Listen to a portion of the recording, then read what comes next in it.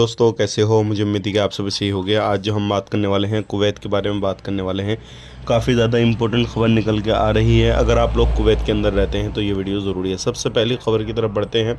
Kuwait के अंदर जिन लोगों को 20 साल या उससे ज़्यादा या फिर काफ़ी लंबी सज़ा सुनाई गई थी, अब उन लोगों को रिहाई जो है इस रमज़ान में मिल सकती है। क्योंकि इस रमज़ान के अंदर उन लोगों के जो है देखा जाएगा किस तरीके से वो रह रहे हैं। पिछले 3 महीने का रिकॉर्ड देखा जाएगा, कैसे उन्होंने व्यवहार किया, क्या हुआ क्या नहीं हुआ।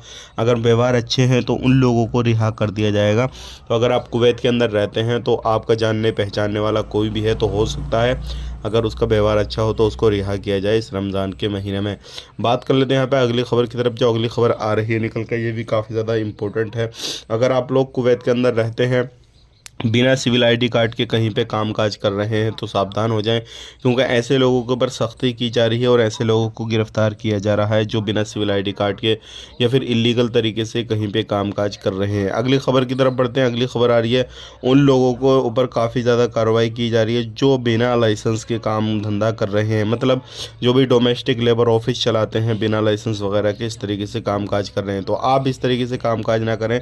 जो लाइसेंस होल्डर हैं उन्हीं से काम कराएं या फिर उन्हीं के पास में काम करें तो आपके लिए बेहतर रहेगा।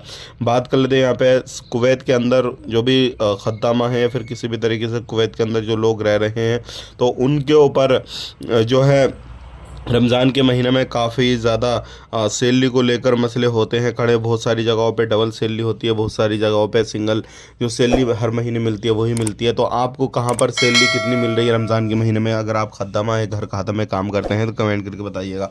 आज के लिए इतने ही। वीडियो को शेयर कर दें, लाइक कर दें। आप अपना ख्याल रखें, अपनी फैमिली वालों ख्याल रखें। Take care, bye bye.